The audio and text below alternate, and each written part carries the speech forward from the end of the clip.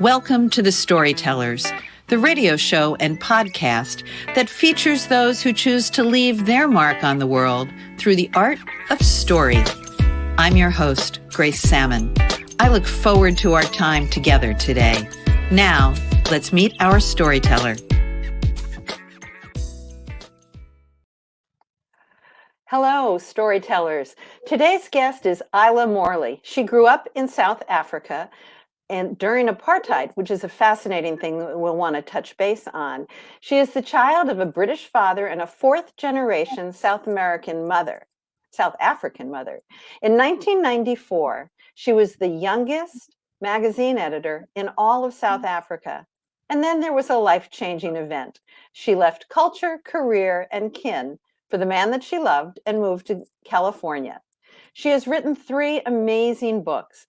One is called The Last Blue, Come Sunday, and Above, all of which are award winners.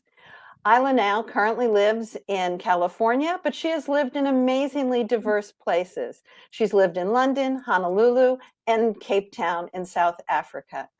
She lives now with her husband, her daughter, and an amazing set of menagerie animals. So Isla, thanks for joining me at the microphone today. Thanks for having me here in the studio, Grace. It's really great to meet you. So what I try to accomplish on the Storytellers are a few things, but one of them is the story behind the storyteller. So you were a magazine editor, and then you worked in nonprofits, and then you became a novelist. So what was that journey? Well, I never imagined that I would be a novelist. You know, there are authors that are scribbling away when they're little kids, and I wasn't that person. I grew up in the 70s and 80s in South Africa. My heritage was British, very stiff upper lip, and we were taught to have very modest expectations for ourselves. So to have a dream of one day writing and publishing a novel wouldn't even enter my headspace.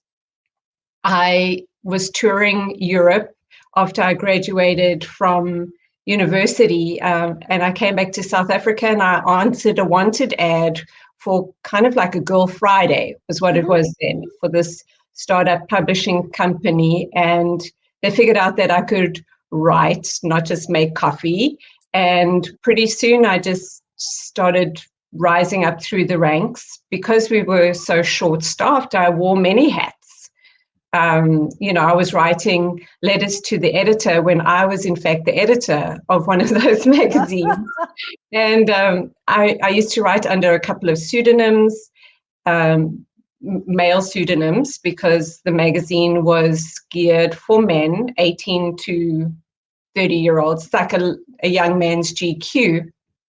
And so I was writing things I didn't care about. For example, sex advice for 20-something-year-old men and dating advice.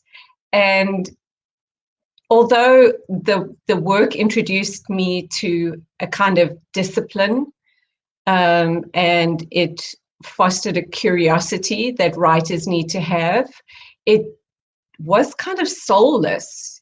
I felt like, any kind of passion for writing was defined by those parameters, and it kind of wore down my soul, plus all the deadlines. And so when I moved to California, I realized that I didn't want to write. And so all I wrote for years were letters, airmail letters back to my mother in South Africa. And that was before the internet, if we can remember that far back.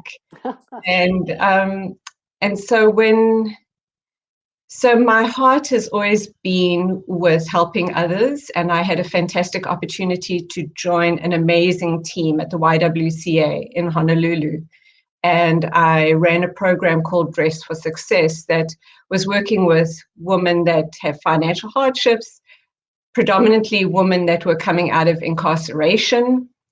And I guess that started to nurture this empathy that writers need, but empathy particularly for women who have gone through incredible struggles. And what I kept seeing in my clients was this resilience and the sense of hope. And that always stuck with me. So when I eventually did get the inspiration to write a book, I had a deep well, and it was nothing at all like writing for a magazine. Instead of wearing away my soul, this really just flooded me with a sense of purpose and meaning. And your books are amazing in how they capture that passion. Before I go there, I just want to say we have a similar connection in that I used to do a lot of volunteering in women's prisons and men's prisons, and Dress for Success was such an important transition piece. So I'm glad we have that nexus.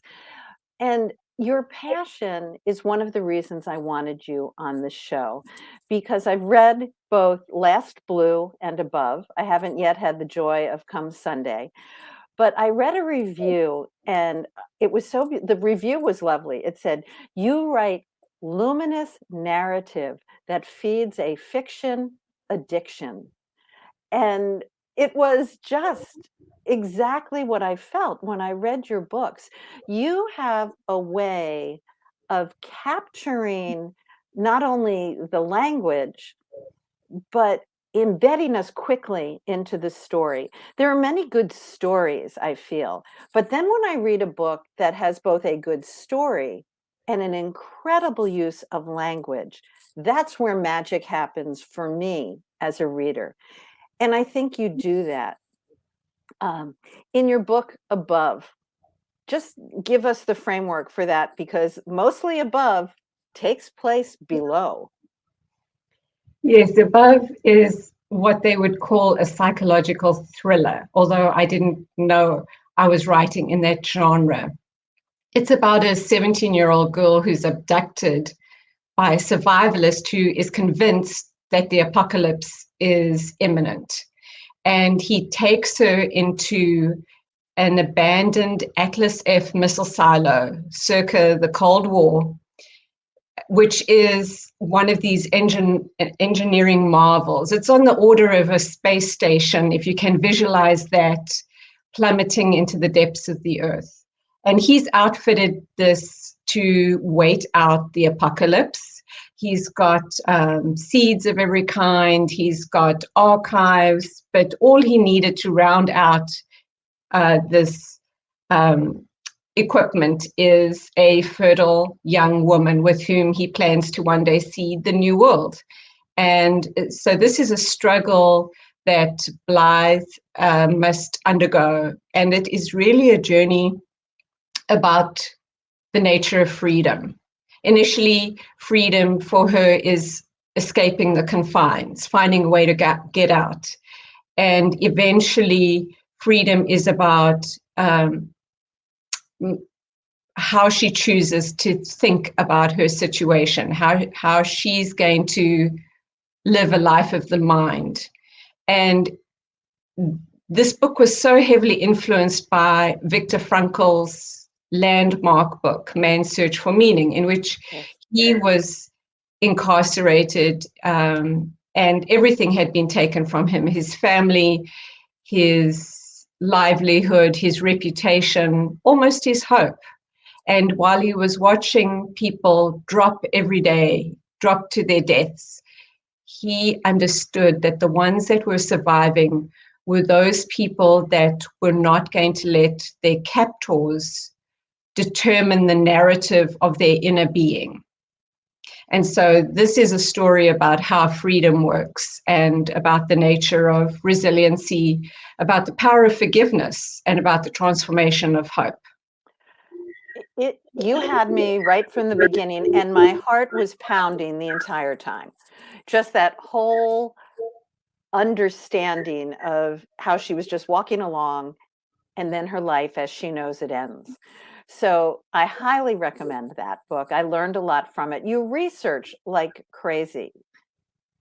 Well, the research for that was difficult because I don't have an engineering background, and I'm bad at mathematics and schematics and geometry. And what I had to go on were these blueprints of what these missile silos look like. And so to kind of have a sense of what that would feel like to live in one of those. It's one thing to look at a drawing and kind of figure it out, but the other thing is to allow your imagination to enter that space so that you can bring it to life for a reader.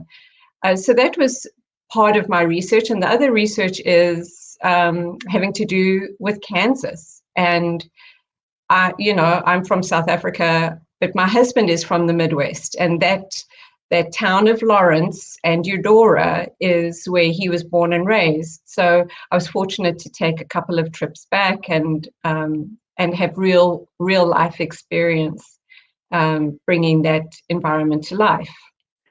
And you do a similar thing in The Last Blue, which is a fascinating book on so many subjects. I did not know there were blue people. So talk about that in that book. So I didn't know about blue people either. And up until, 4 years ago, I don't think anybody knew about the blue people. I just was one day procrastinating and I was scrolling through the internet and I came across one of these photos, that's obviously clickbait. And it showed a portrait of 9 family members long time ago in front of an old wooden cabin in the middle of the woods. And 5 of these family members were blue and bright blue. And I was just so intrigued that I clicked on that, and it took me to a source article written by Kathy Trost, who was commissioned by a now defunct Science magazine in 1982, I believe. And she had to scrounge around because there was very little written about them, and she found anecdotes and reports. And the story that she uncovered for us goes back 200 years ago with Martin Fugit settling on the banks of Troublesome Creek with his brothers and mother and father. He went to church. A beautiful, pale-skinned, red-headed woman caught his eye. They got married and started a family, and then some of their children started being born blue. And for generations, their families, 2 or 3 families, clustered in isolation in that part of Appalachia, eastern Kentucky, where there weren't really roads connecting towns and cities. And it made it possible that over time that, blue people were not altogether uncommon. So I knew the minute that I saw that this was a medical mystery that nobody had ever heard of, and then just my imagination went crazy. All I wanted to do was write about these blue people. So my story is the imagined telling of the last 2 blue people that are left, and it takes place in the 1930s predominantly. It was so astonishing to me because I kept on thinking I was reading it wrong. Blue people? I thought, I don't know what I thought, but I didn't think that it could even be a real thing. So the learning of that and the expression of that was so beautiful. And as you do in all of your writing, there is that luminous narrative. Very early on, you have Haven, one of the central characters, and you have these lovely metaphors about these birds that he's caring for right in the beginning. And you get such a sense of the land. You use a phrase in there that you could hear the land sighing. And where does that gift for writing come from? Because as you said, with all due respect, this is not your native heritage or culture. So yes, your husband grew up in Kansas, but where does that luminous narrative come from? Well, you're a writer, so I'm interested to see whether you agree with me or not, because I've asked myself that question. When I started writing come Sunday, I wrote blind. Literally, I closed my eyes and I had my fingers on the keyboard, and the story just came. I kept seeing these unfolding scenes. I kept hearing these voices, and I kept having these feelings that were outside of my experience.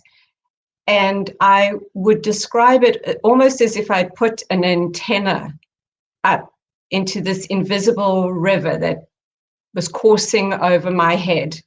And somehow the energy, the narrative was just coming down, and I felt like a conduit. I felt like one of those mediums that you hear about, that the story and these characters showed up and showed me so much, which is not to say that writing isn't grunt work a lot of the time, because it is. There are plenty of places where I get stuck and I don't get those messages. And when you're talking about some of those phrases, some of them come, some of them just land on the page. But then the craft of writing for me is to find analogies and metaphors and turns of phrases that describe something everyday and common, but putting it in a way that feels fresh. So that sometimes is just the rewriting process. And it can even go, you can find those phrases, 2 or 3 years down the line, or maybe after 8 rewrites. So I don't want to sound it like I'm this kind of magical beacon that receives these stories. Yeah, I'm Well, also roll up my sleeves and kind of muck through the mud and until I found, kind of clean everything up. Well, it is that combination, right? I love it when it is magical, and that does not happen for me as much as I would like, and certainly not in a whole book, the way you say Come Sunday does. But yeah, there is that grunt work, and I think one of the fun things for me in doing the Storytellers and being both a fiction and a nonfiction writer, and now more solidly grounded in being a novelist, is people's perceptions of writers and how we write, and that it's not that going back and forth. I interviewed someone recently, and they were talking about how they go through a chapter and they check to see if it has all the senses in it. Did I mention something about smell? Did I mention something about sight and touch? I learn from so many of the authors that I have the gift to interview from and with. But if I remember correctly, you started out writing your novels in a closet? I did, because I didn't want anybody to know that I was embarking on such a harebrained idea. And I, can be a little bit insecure about things. And the last thing I wanted to do was to tell people and then have them ask me, every few weeks how the story is going and when am I going to get a publisher. I wanted to give myself absolute freedom to fail.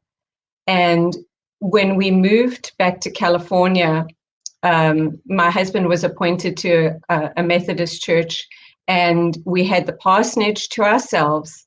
And the only place that I felt like I could write with freedom to make mistakes was this closet. So I pushed aside all his pulpit robes and clerical collars, and I set up a little desk in that closet, and I wrote in secret.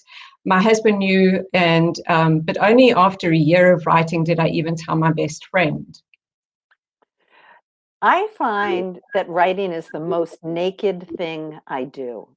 It is very hard to let that be a public thing. And even though I strongly believe in beta groups and the importance of having beta groups give us that feedback, I find it very much like I'd like to be in the closet. So I love that that's actually how you started out. You mentioned something too about the freedom to write. And in your books, the two that I have delighted in, I think I've come across that you have some important themes. And I'm wondering if that ties back to your growing up with apartheid. That theme of freedom, you just talked about the freedom to write, but in the book above, there's freedom. So freedom, being other, being somehow outside, being somehow isolated. Are those correct? Did I get that right? I think that more and more as I go into this journey of writing, I realize just how much my upbringing influences not just the stories that I choose to write, but how I approach them and what themes start to emerge. I don't plan a theme. It's only after the story is almost written that these themes become apparent. And I guess growing up in South Africa, I got to see how othering takes place. And I got to see it from the perspective of the people who do the othering, the people who inflict prejudice and unfairness and stitch together a society that privileges ourselves. So I got to see it from that angle, and I got to see the range of prejudice, how it can go from very obvious in your face manifestations, unimaginable acts of cruelty, institutionalized unfairness, but it also goes to more muted forms where people just kind of don't speak up or speak out against systems of injustice and acts of prejudice. I know what it's like to be somebody who speaks out and then gets reprimanded for that. But I also know only too well the experience of staying quiet and being afraid to speak up. And I think also the work that the Truth and Reconciliation Commission did after the fall of apartheid just left an indelible mark on my psyche.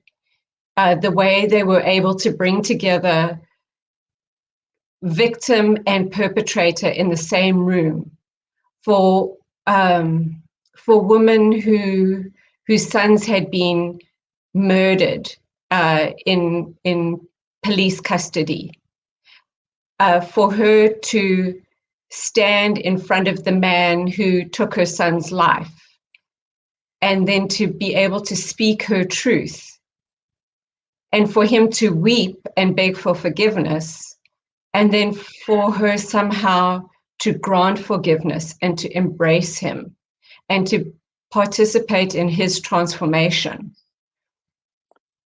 That witness that those people did left a mark on me. So any one of my books is going to involve forgiveness. It's going to involve hope, and it's going to illustrate, I hope, in some sense, transcendence. And each of your books that I've been gifted to read do just that. And I hope there are many more books. Are you working on anything now? Or is it in the closet?